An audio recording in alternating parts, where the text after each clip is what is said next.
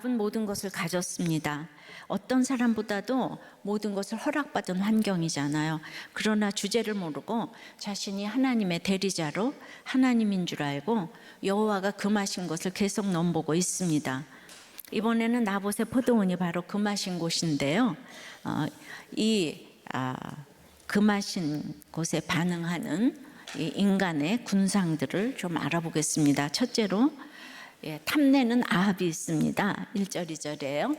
그 후에 일이 있으니라 이스라엘 사람 나봇에게 이스라엘의 포도원이 있어 사마리아의 왕이 아합의 왕궁에서 가깝더니 아합이 나봇에게 말하 이르되 네 포도원이 내 왕궁 곁에 가까이 있으니 내게 줘 채소밭을 삼게 하라. 내가 그 대신에 그보다 더 아름다운 포도원을 내게 줄 것이요 만일 네가 좋게 여기면 그 값을 돈으로 내게 주리라 이제 합니다.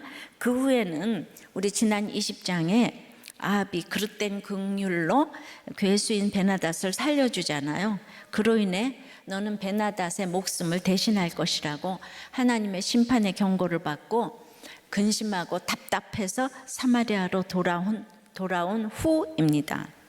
근데 왔지만은 회개가 안 되니까 심판의 경고를 탐욕으로 풀어보고자 하는 아합을 또 보게 됩니다.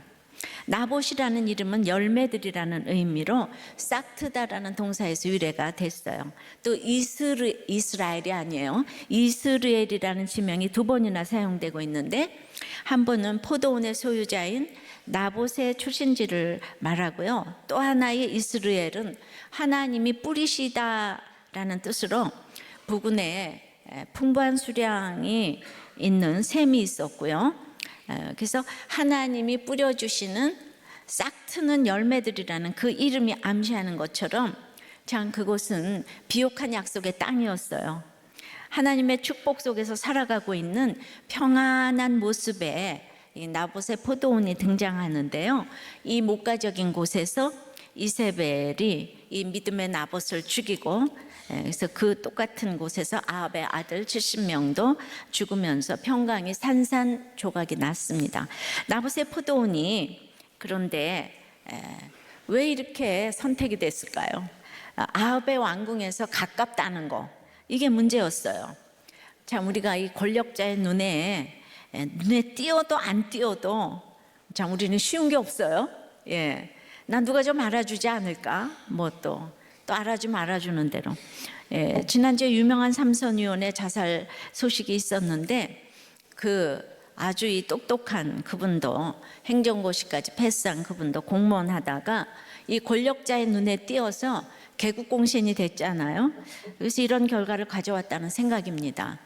그분은 KBS에서 저 공모한 그 탤런트 시험에 최종까지 합격해서 근데 너무 똑똑하신 분인데 그거 했으면 오늘날 이런 일이 없었을 텐데요. 그걸 이제 다 막았다고 그러네요. 너무 똑똑하시니까 안 그러겠습니까? 참 아쉬워요. 이분이 기독교라고 해서 더욱 이렇게 안타까운 마음이 이렇게 듭니다.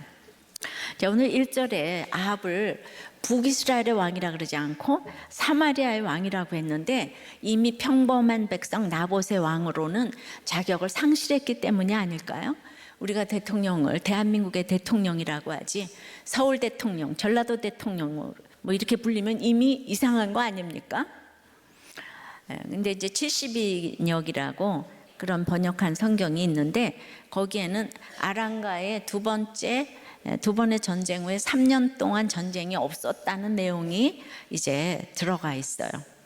그래서 그 내용을 제가 인용을 한다면 심판의 예언을 듣고 근심하고 답답하여 충격받았지만은 시간이 지나니까 어리석은 자는 망각의 동물이 되는 걸 보지요. 근데 실제로 그 아합은요 자기 힘이 아니었지만은 순전히 베나닷이 술 취해서 이겼잖아요. 그런데도 그 아랑가의 전쟁에서 두 번이나 이긴 거예요. 10만 명의 군사를 이겼어요. 그러니까 이 사람은 완전 불세출의 영웅 아니에요. 지금으로 말하면 이순신인가? 그러니까 그 이겼고, 그 다음에 아람에는 아합거리, 아합 스트리트가 들어서고 승승장구해 보이는 것이 아합의 팩트 아니겠습니까? 그야말로 악인의 형통으로 치닫게 되니까 이 사람은 지금 이제 자기 힘이 아니라는 거 알잖아요. 그래서 폭정을 일삼고 사치로 자기 과시로 모든 것을 일부러 잊고자 하는 것을 봅니다. 그리고 이제 심판 예언 이후 3년이나 경고하고 있으니까 하나님께도 내가 이스라엘의 왕이니까 나를 심판 안 하실 거야 생각하면서 외부적으로 그릇된 긍휼로 베나닷을 살려준 아합이 이제는 내부적으로 악을 행하게 됩니다. 사마리아 왕인 아합은 사마리아 국외에 그 이스라엘의 사치의 끝판왕인 상하궁으로 불렸던 별궁을 지어서 겨울이면 그곳에 거주했어요. 부자들의 마지막 꽂히는 것이 정원이라고 하죠. 그런데 아합이 자기의 별궁과 아주 가까운 곳에 있던 나봇의 포도원을 보고 여기다 하는 자리가 나타난 거예요. 좀 놀라시고 다 깨시라고. 그러면서 정원짜리야 여기가. 가슴이 뛰면서 탐을 내면서 이거 갖지 못하면 이제 큰일 날 것 같은 거예요. 그러니까 달라는 대로 다 줄게. 땅 달라면 땅 주고 돈 달라면 돈 줄게. 그거 나한테 줘. 지금 이제 심판이 코앞에 있는데 지금 별장 타령, 정원 타령을 지금 하고 있는 아합입니다. 톨스토이의 인생론의 그 유명한 이야기를 기억하실 거예요. 숲속에서 이제 길을 잃은 나그네가 늑대를 만나서 급히 도망을 가다가 그만 우물에 빠졌어요. 다행히 중간에 삐죽이 나온 나뭇가지에 걸리게 되었어요. 근데 거기 보니까 이제 꿀이 있는 거예요. 그래서 이제 꿀을 이제 거기서 꿀을 따먹고 있는데 나무 뿌리 쪽 끝에서 생쥐 한 마리가 이걸 갉아먹고 있는 거예요. 이제 그걸 보면서 이 사람은 꿀 따먹기에 지금 여념이 없다는 게 그 인생론의 그 얘기예요. 그러니까 너의 포도원을 나에게 주어 그리고 그것이 나에게 푸른 정원이 되게 해 라는 이 표현이 원문에는 이제 2번 언급되므로 베나닷이 아합에게 그 왜 무리한 요구를 했잖아요. 너 네 거 다 내놓으라고 안 해고 그 요구할 때와 같은 표현을 썼어요. 그러니까 나봇의 포도원을 빼앗고 싶은 탐욕과 조급함은 아합도 베나닷도 똑같다는 거예요. 신이나 불신이나 자기가 갖고 싶은 것을 이렇게 이제 갖고자 하는 탐욕은 이렇게 믿어도 안 믿어도 이제 다를 바가 없는 걸 이렇게 보게 되는데요.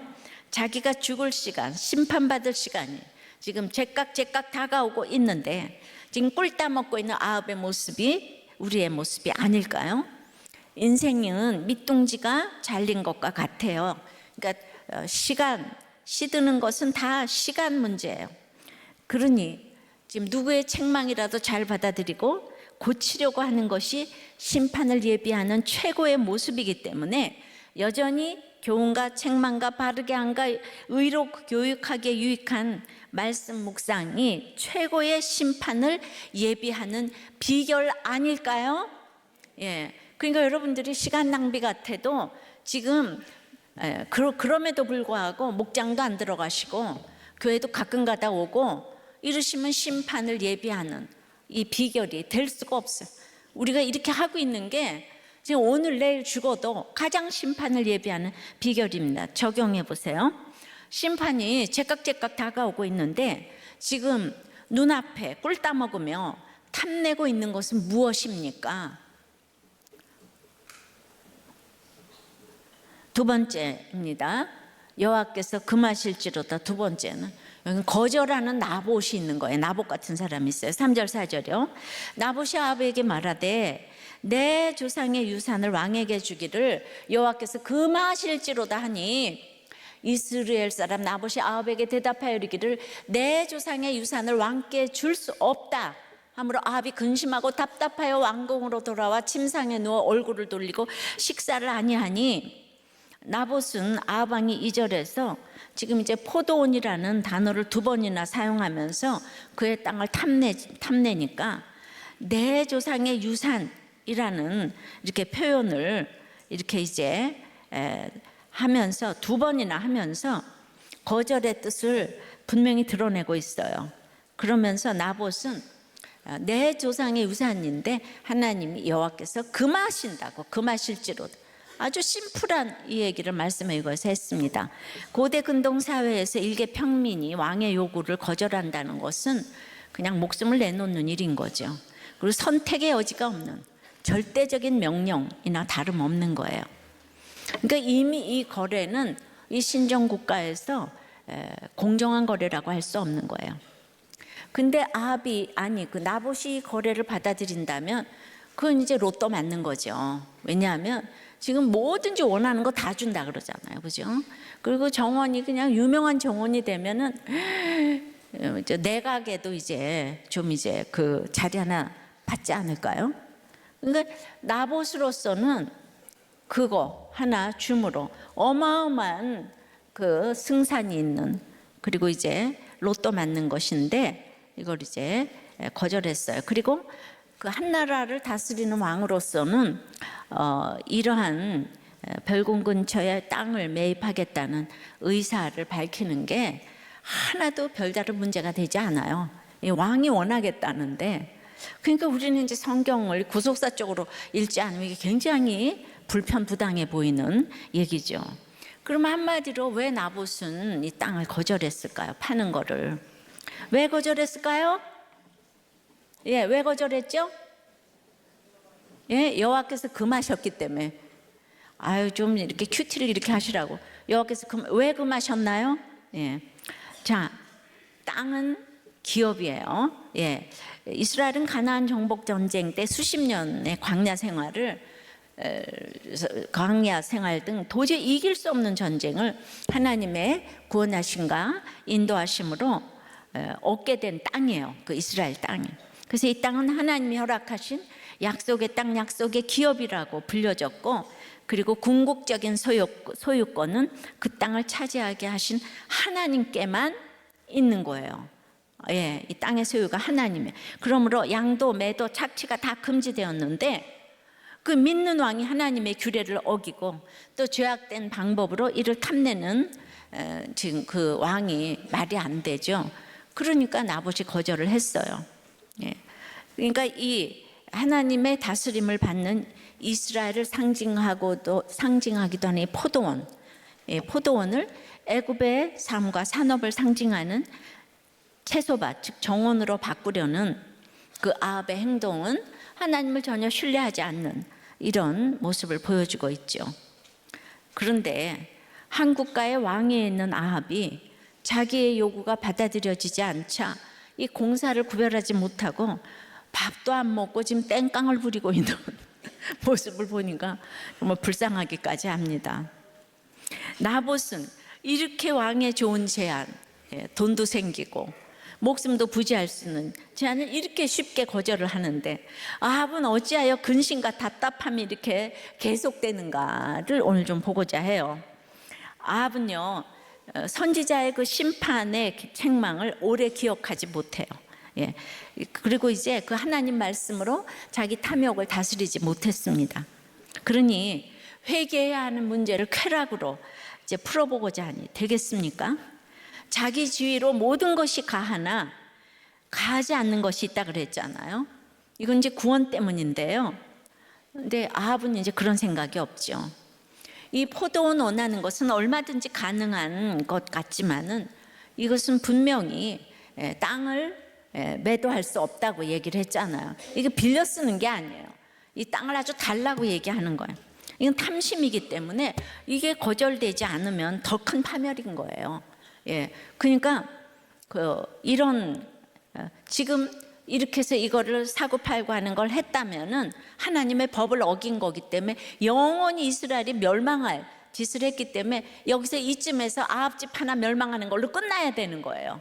예, 그러니까 이게 항상 이제 자꾸 큰 거를 여러분들이 이렇게 이제 대봐야 되는데, 또 한 가지 이유는 아합은 자기 직분에 충실하지를 못해요.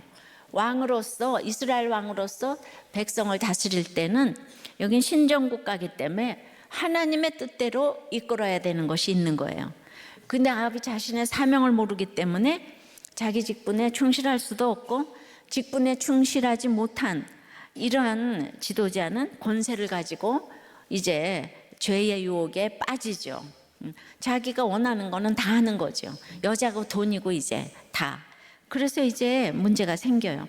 그러니까 굉장히 열심인 것 같아요. 상아궁을 짓고 정원을 짓는다. 근데 이거는 허영과 과시를 위한 이제 자기 열심인 거죠. 그러니까 나봇의 포도원을 가지기 위해서 가진 책략을 다 꾸미는 것을 보면은 그것이 증거예요. 지금 아람과의 전쟁이 끝났다면 전쟁을 거친 이 백성들을 추스르고 그 복구하는 일을 해야 할 때 아닌가요? 지금 말이죠. 상하군과 격이 맞는 별장 만드는 일이 지금 그렇게 급한 게 아니에요. 미관을 생각하면서 지금 이길 수 없는 전쟁을 지금 이기게 해줬는데 이 상하궁 짓는 게 말이 됩니까? 그런데 왕이 백성의 이익을 위한 하나님의 법과 규례를 다 정해놓고 자기는 예외라는 거예요. 이게 높은 자리에 올라가기 전에는 모르는데 올라가 보니까 자기밖에 없는 거예요. 자기한테 명령을 하는 사람이 없는 거예요. 그러면 이제 아무도 모르겠거니 그리고 이제 자기 권세를 이제 자기를 위해 마음대로 쓰는 거죠. 그래서 다 망하는 거예요. 권세는 하나님께로부터 나오는 건데, 그래서 그 어렸을 때도 그냥 명령을 받아본 적이 없는 그런 사람들요. 정말 그 딸이고 아들이고. 너무 요새는 핵가족이니까 그냥 하나 끼고 맨날 이러니까 항상 예외가, 그러니까 이렇게 이쁜 내 아들, 내 딸, 누가 뭐라 그래.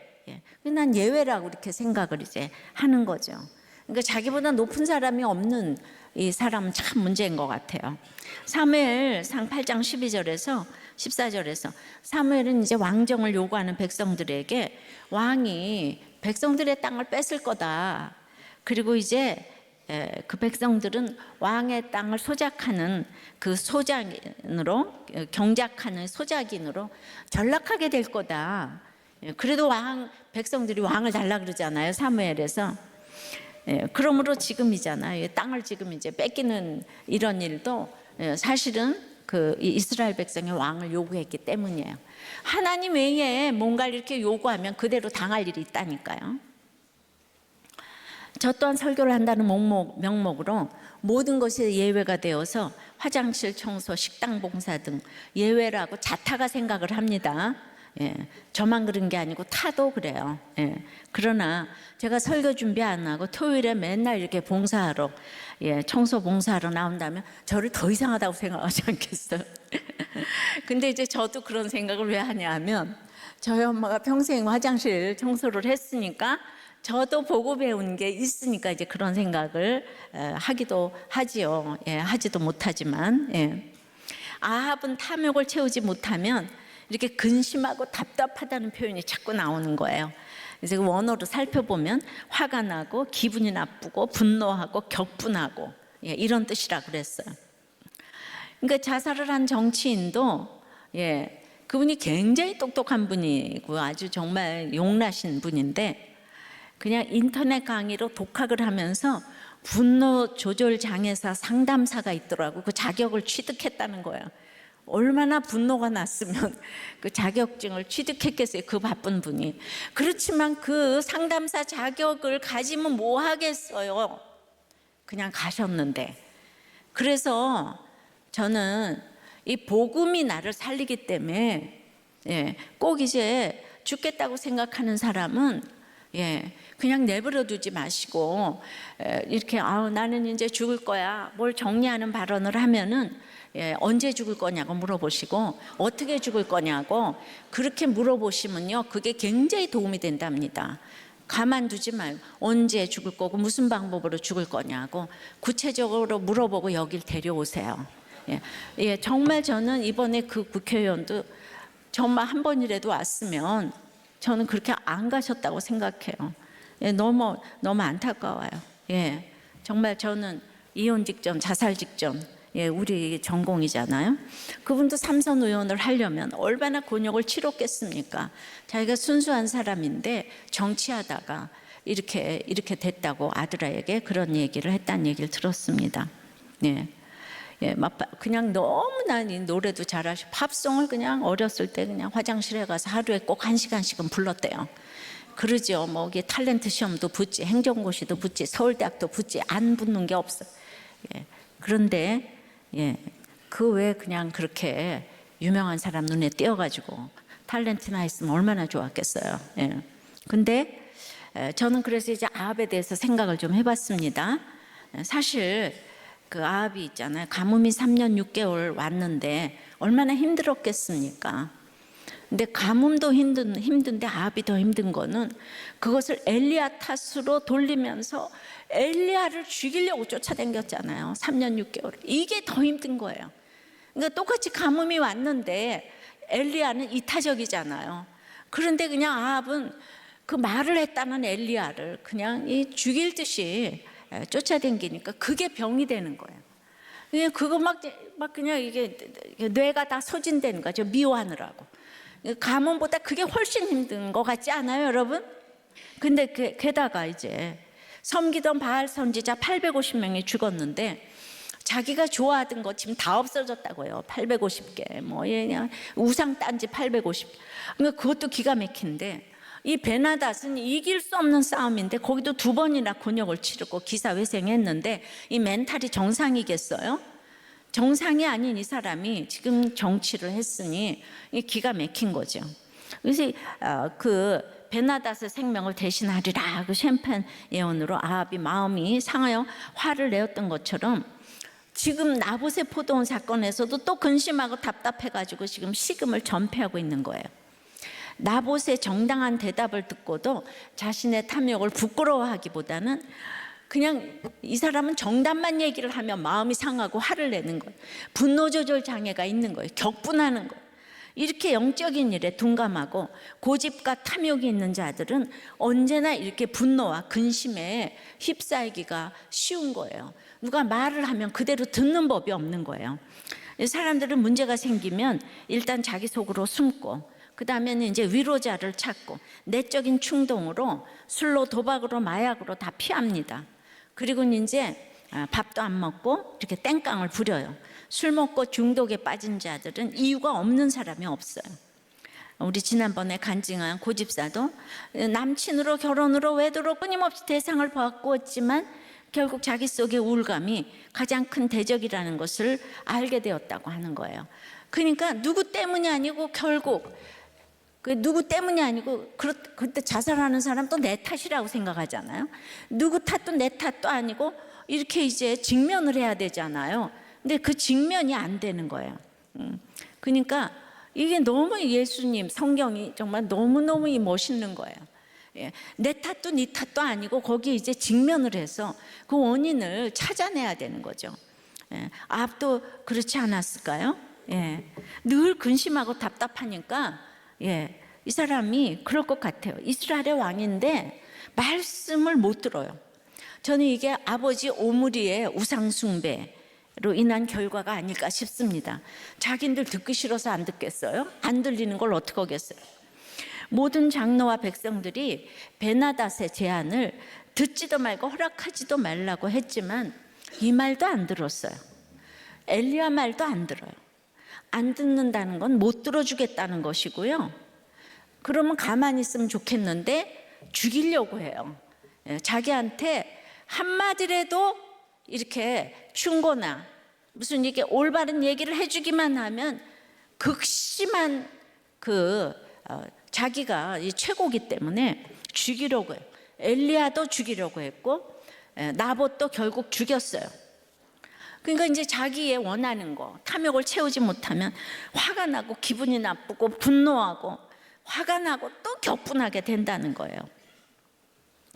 저는 아합이 이렇게 우상 숭배하는 아버지 밑에서 왕자로 살면서 또 게다가 왕이 됐잖아요. 그러니까 자기 애성, 인격장애, 우울증이 온 것이 아닐까 생각을 했습니다. 뇌질환 르포인 죽고 싶은데 살고 싶다의 저자 김영철 목사님의 견해에 따르면 이 한국 사회에도 공감이 안 되고 감정이입 능력이 없는 자기 애성, 인격장애, MPD 환자들이 점점 늘고 있다는 거예요.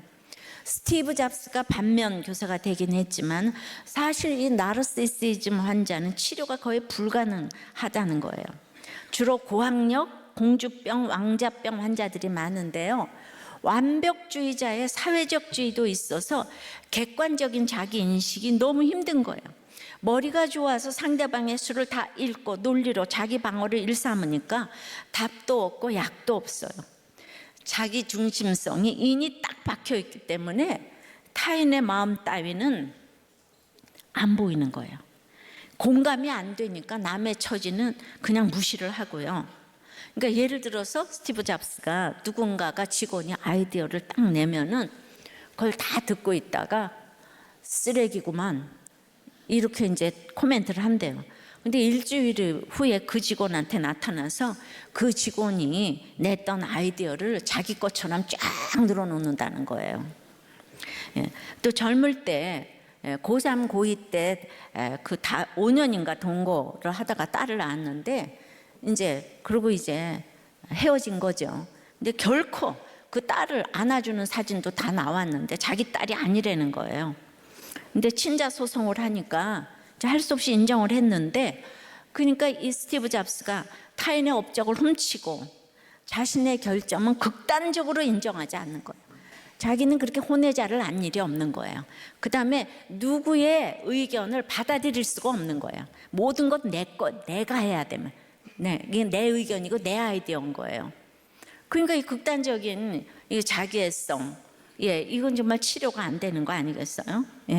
근데 그래서 나중에 그거를 인정을 했는데도 엄마랑 그 아이가 기초수급자로 살게 하고 엄마가 청소와 식당 일을 하는데 500불만 생활비를 보냈다는 거예요. 정말 그 사람 환자 아니에요?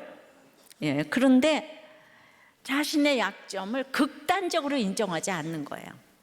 그러니까 아무리 얘기를 해도 너 틀렸다 이 말 절대로 하면 안 되는 거야. 왜 이런 얘기 왜 그래 이딴 얘기하면 안 돼. 어떻게 그런 얘기를 할 수가 있어? 그냥 아무것도 안 되는 거예요. 극단적으로 인정하지 않는 데잖아. 그러니까 그런 말을 듣거나 원하는 것을 가지지 못하면 분노하고 격분하고 근심하고 이러는 것이 자기애성 인격 장애인데, 그러니까 스티브 잡스는 천재잖아요. 시장조사 장사하기 위해서 시장조사 이딴 거 안 해. 그다음 자기 의견이 최고예요. 그래서 그 스마트폰도 이렇게 둥글게 했잖아요. 둥글게 하는데 지금 다 출시 직전인데 갑자기 둥글게 하라 그러니까 어마어마한 손해가 지금 나고 출시일도 늦어지는데 그 사람은 자기 생각하면 또 이제 그게 끝인 거예요. 그러나 그렇게 손해를 많이 봤는데 대박을 쳤다는 거예요. 그런데 우리나라에서 그거를 이제 도용했다고 이렇게 소송했잖아요. 우리나라에 어떤 그룹이 있죠.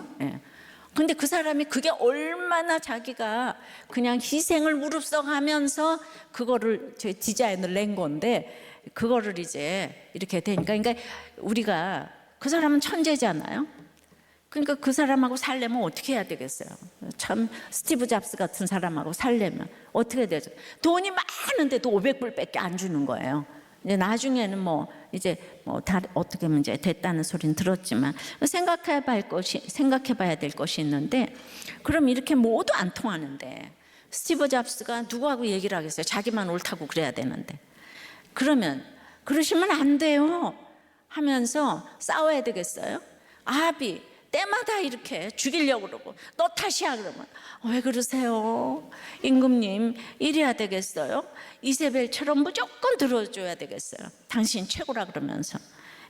엘리야가 아합을 사랑해서 평생 따라다녔지만은 엘리야하고 아합은요 평생의 원수인 거예요. 그러면 우리는 이제 엘리야 보고 문제가 있다고 그래야 될까요? 엘리야도 문제가 있어. 어떻게 그렇게 아합 하나를 못 따라올 수가 있어? 정말 엘리야에게는 사랑이라고는 없어 이래야 될까요? 그러면 이럴 때는 평생 왼수가 좋은가요? 천생연분이 좋은가요? 우리 참 어렵죠, 그죠? 적용해 보세요. 여호와께서 금하시는 것을 거절했습니까? 원하다가 거절당했습니까? 이 두 개가 사실은 이제 다 좋은 거죠. 거절했는가, 원하다가 거절당했는가, 아예 거절을 못했는가. 그러니까 여기에 뭐 for example로 음란이냐, 불신결혼인가, 이혼인가 이런 걸 생각을 해보세요. 그런데 이런 거는 거절당하는 게 더 축복인 거예요. 내가 불신결혼은 거절당하는 게 축복, 이혼도 음란도 거절당하는 거. 예. 자, 여호와께서 금하실지로다 세 번째 군상은 탈취하는 이세벨이 있는 거예요. 자, 5절 6절이에요. 그의 아내 그 이세벨이 그에게 나와 이르되 왕의 마음에 무엇을 근심하여 식사를 아니하나이까? 왕이 그에게 이르되 내가 이스라엘 사람 나봇에게 말하 이르기를 네 포도원을 내게 주되 돈으로 바꾸거나 만일 네가 좋아하면 내가 그 대신에 포도원을 내게 주리라 한즉 그가 대답하기를 내가 내 포도원을 너에게 주지 아니하겠노라 하기 때문이로다 이러고 대답을 해요. 그러니까 드디어 이제 해결사 또 등장합니다.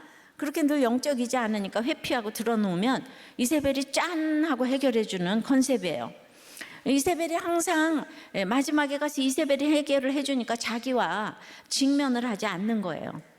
이세벨은 항상 이제 아합이 최고다를 부르짖는 거예요. 예. 그러니까 이 세상 모두가 아합이 참 유약해요, 사람이. 예. 어떻게 보면 이제 착할 수도 있고. 그러니까 이제 아합이 지금 이제 그 아합으로서는 내가 말이야 나봇에게도 내가 거절을 당했어. 이러면서 아니 이길 때는 언제고 질 때마다 그냥 이 사람 뭐 피해 의식이 이제 많아가지고 이제 이러는데 이세벨은 옆에서 당신이 최고다. 내가 이 세상 모든 사람이 뭐라 그래도 나는 당신 편이야. 당신이 최고야, 최고. 이러면서 이제 얘기를 하니까 이것이 아합에게 정신건강상 좋은가요, 나쁜가요? 예?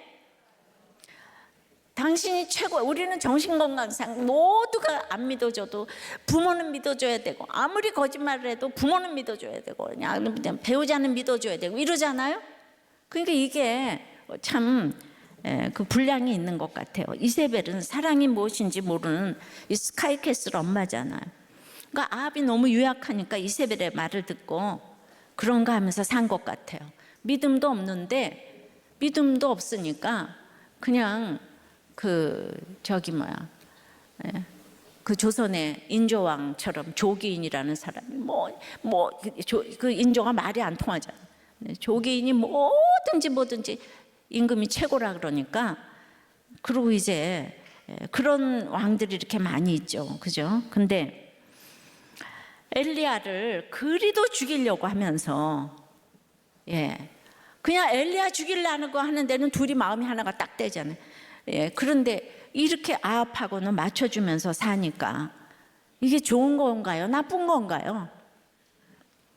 이세벨은 아내로서 아합의 슬픔을 위로하고 위안을 주고자 했겠죠. 근데 아합은 마치 아이가 엄마한테 이르듯이 내가 그냥 나봇에게 가서 포도원을 그냥 팔라고 그랬더니만 그대로 얘기를 하는 거예요. 그냥 내가 돈도 준다 이것도 다 안 돼. 근데 그가 말이야 내 포도는 내게 주지 아니하겠노라고 그러지 않아? 이렇게 이제 얘기를 완전히 지금 이세벨에게 고자질을 하고 있어요. 꼭 엄마한테 지금 일러바치듯이 다 하니까 얼마나 아합이 이세벨에 대해 의존적이었다는 거 알 수 있죠. 18장에서 북이스라엘 백성들은 갈멜산으로부터 이제 하늘에서 불이 내려오니까 여호와가 참된 하나님이심을 좀 알았잖아요. 그래서 아합조차도 이제 좀 엘리야를 인정하게 됐어요. 그리고 이렇게 바알에게 기울어져 있던 북이스라엘이 이제 좀 어느 정도 하나님께로 돌아왔는데 이세벨의 한마디에 딱 원점으로 돌아갔어요. 이세벨이 엘리야를 죽인다 그러니까. 근데 나봇의 포도원 사건도 마찬가지인 게요. 이 나봇의 거절로 인해서 이제 도리어 아합은 북이스라엘의 왕이라서 그런가 억지로 할 생각을 안 하고 지금 식음을 전폐하고 들어놓아서 이것이 이제 도리어 안정이 돼가는 추세로 이제 조금만 기다려지면은 이렇게 이 땅을 갖지 못한 것이 이스라엘로서는 그냥 너무나 최고의 해결책인데요. 그런데 그냥 이 안정돼가는 이 시점에 또다시 해결사 이세벨이 등장함으로써 최악의 상황으로 달려가게 된 거예요. 이때는 정말 거절의 축복이 최고인데요. 근데 거절을 허락으로 바꿀 수 있는 계략과 권세가 있어가지고 이게 비극인 거예요. 그런데 정말 그러니까 이 요새는 핵가족이라서 아들, 딸, 내 아들, 내 딸 누가 감히 건드려. 그러니까 이제 싸우면 제발 좀 내버려둬야 되는데 그 남편에게 아내에게 거절을 이제 받을 수도 있는데 그 거절 허락으로 바꿀 수 있는 계략과 권세가 있으면 그냥 네가 어떻게 해. 우리 며느리한테 그럴 수가 있어. 내 사위한테 그럴 수가 있어. 뭐 아들한테 그럴 수가 있어. 그러면서 좀 데려오지 마시고 제발 내버려 두세요. 예, 계략과 그 권세를 거기다 좀 쓰지 마세요.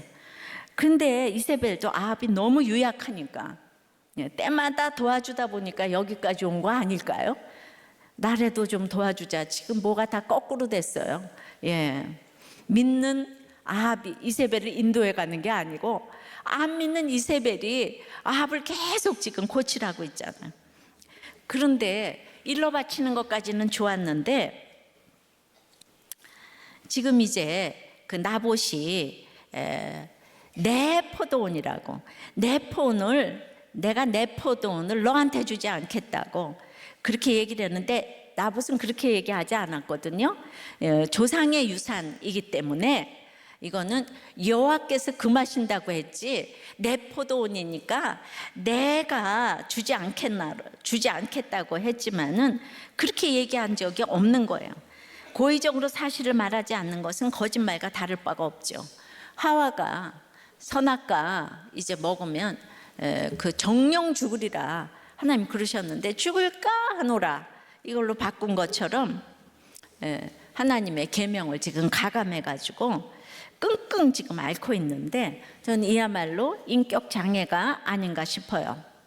나봇은 이름 없는 평민이었지만은 이렇게 말씀을 지키려고 한 의인인 반면에 아합은 자기 욕심을 채우기 위한 아주 패역한 지도자였음을 지금 알 수 있죠. 이러니까 이제 해결사가 등장해서 이 말을 들었잖아요. 해결책이 또 등장이 됩니다. 7절에 그의 아내 이세벨이 그에게 이르되 왕이 지금 이스라엘 나라를 다스리시니까 일어나 식사를 하시고 마음을 즐겁게 하소서. 내가 이스라엘 사람 나봇의 포도원을 왕께 드리리이다 이러는 거예요. 그러니까 남편 아합을 지금 이제 비꼬는 표현으로 당신 지금 이스라엘 나라를 다스리고 있는 거 맞아요? 이러면서 이 이세벨은 자기는 에빨의 딸이잖아요. 아니 왕이 돼가지고 그까짓 거 무슨 평민 땅 하나 뺏는 거를 죽이면 되고 뭐 하면 되지 이해를 지금 이제 할 수가 없는 거예요. 그러니까 당신은 왕이면 왕답게 처신하세요. 내가 포도원 찾아줄 테니까 뚜그지고 일어나서 식사해요. 너무 멋있잖아요, 그죠? 예, 그래가지고 뭐 이거는 완전히 그냥 이스라엘 왕이다. 남편의 간절한 소원을 내가 다 선물로 줄 테니까 일어나. 이거 현모양처 아닙니까? 사탄은 병 주고 약 주고 수법을 씁니다. 정말 분별이 어렵습니다. 그래서 그러므로 그래도 신결은 중요합니다. 8절서부터 보면 이제 계략이 나오는데 아합의 이름으로 편지를 쓰고 인을 치고 봉하여 그의 성읍에서 나봇과 함께 사는 장로와 귀족들에게 보냈어요. 그러니까 아합의 이름으로 악한 음모가 차질 없이 이루어질 수 있도록 공문을 작성하고 아합의 옥새로 딱 임봉을 했어요. 부부가 한 몸이라고 이렇게 공권력을 낭비하면 안 돼요. 이제 심판이 기다리고 있어요. 그리고 9절에 보면은 금식을 선포하고 나봇을 백성 가운데 높이 앉힌 후에 10절에 또 증인 불량자 두 사람을 그의 앞에 마주 앉히고 그에 대하여 증거하기를 나봇의 죄목이 네가 하나님과 왕을 저주하였다 하게 하고 곧 그를 끌고 나가서 돌로 쳐 죽이게 하라. 지금 이게 나봇의 죄목이에요. 그러니까 이스라엘 나라에서 공적인 금식을 선포하는 것은 나라적인 재앙을 맞아서 이 공동체 속에 숨겨진 악행이나 죄에 대해 집단적으로 회개하는 건데 그냥 이 금식을 함으로 나봇이 심각한 범죄를 저질렀다는 것처럼 그것을 이제 이렇게 정당화하려는 그리고 이제 율법대로 격식을 갖추기 위해서 불량자 거짓 증인을 세우고 누구나 볼 수 있도록 높이 앉혔어요. 전공법을 쓴다 이거죠. 돌로 쳐 죽이는 것이 율법이니까 돌로 쳐 죽이려면 동네 사람들이 같이 가담해야 되고 그래야 뒤탈이 없잖아요, 그죠? 이스라엘 사람들은 너무 어려워서 하나님 이름을 부르지도 못하는데 그 하나님을 저주했다 그러니까 이거는 완전히 이제 돌로 쳐 죽여야 될 죄인 거예요. 여러분 여기까지 봐봐요. 이세벨이 얼마나 지금 율법에 정통합니까? 이방 여자가 율법을 잘 알고 있을 뿐 아니라 아주 자기 가증하게 자기 개인적 욕심을 채우는데 철저히 이용해. 똑똑한 사람들은 주님 못 만나도 성경으로 얼마든지 욕심을 채웁니다. 예, 그러니까 이런 비서, 이런 아내 최고 아닙니까? 해결사 좋죠? 예, 여러분 적용해 보세요. 여러분은 이런 이세벨 같은 해결사 배우자가 좋습니까? 하나님의 뜻을 찾는 배우자가 좋습니까? 다시 말하면 여러분은 말은 그러죠. 근데 나쁜 남자 예쁜 여자 좋아하죠? 하나님의 뜻을 찾는다면 고리타분하게 생각돼서 싫죠? 마음에 손을 얹고 생각해봐요. 네 번째는 그런데 동조하는 장로와 귀족이 있는 거예요. 11절부터 보니까 그의 성읍 사람, 곧 그의 성읍에 사는 장로와 가족들이, 예, 그러니까 그의 성읍을 지금 두 번이나 강조를 했는데 8절에도 그 성 사람이라고 했는데 이 나봇을 죽인 사람들이 바로 나봇이 살던 그 성의 지도층이었다는 거죠. 예, 이런 사람들이 지금 나봇을 죽인 거예요. 12절에도 예, 이제 그래서 이세벨의 지시대로 다 듣고는 그대로 행했어요. 금식을 선포하고 나봇을 백성 가운데 앉히고 또 13절에 불량자 증인 두 사람 이제 와서 그대로 나봇이 하나님을 저주했다. 그래서 이제 죽였어요, 나봇을. 14절에 이세벨에게 나봇이 돌에 맞았다고 이제 통보를 했어요. 그러니까 그 사람들이 통보한 대상은 아합이 아니고 이세벨이에요. 아무리 아합의 도장이 찍혔어도 이것은 이세벨이 한 걸 다 알아요.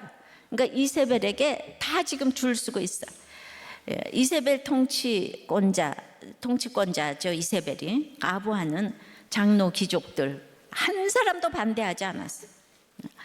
누구보다도 이 막강한 왕의 권력을 거절했던 그 나봇이 얼마나 경건한 사람인지 또 얼마나 결백한 사람인지 잘 알고 있었을 장로, 귀족 같은 이웃 사람들, 예, 한 사람도 나봇을 위해서 변호해 주지 아니하고 다 나봇을 죽게 했다는 거예요. 사람 믿음의 대상이 아니에요. 그러면 자살하는 거예요. 믿을 사람이 없다. 예. 그러니까 15절에 이세벨이 나봇이 돌에 맞아 죽었다 함을 듣고 이세벨이 아합에게 이르되 일어나 이스라엘 사람 나봇이 돈으로 바꿔주기를 싫어하던 나봇의 포도원을 차지하소서. 나봇이 살아있지 아니하고 죽었나이다. 이러니까 예, 나봇의 포도원을 차지하소서는 이거는 이제 그 영적인 땅 기업이란 뜻인데 이거를요 가나안 여인이 거꾸로 와가지고 아합 보고 이걸 차지하라고. 이 사람은 영적인 용어도 이렇게 너무 잘 써요. 그리고 이제 나봇이 죽었다는 거예요. 이 얘기는 그 땅을 파고 살고를 못하니까 자녀들까지 다 죽여야지 상속자가 없잖아요. 그래서 온 일가족을 지금 죽였다 이 뜻이에요. 그러니까 그냥 정말 해결사예요. 엄청난 해결사. 나봇의 집은 여호와가 금하신다고 포도원 안 팔았다가 순교자 집안이 됐어요. 그래서 아합 집안도 거기서 이제 후에 다 죽었지만은 한쪽은 순교자 집안이고 한쪽은 이제 정말 처참한 심판을 당한 집이죠. 그래서 현재 고난은 잠깐이고 장차 이루어질 영광은 비교할 수 없다는 거 이거 아셔야 되는데 16절에 아합은 나봇이 죽었다 함을 듣고 곧 일어나서 포도원 차지하러 그리로 내려갔대요.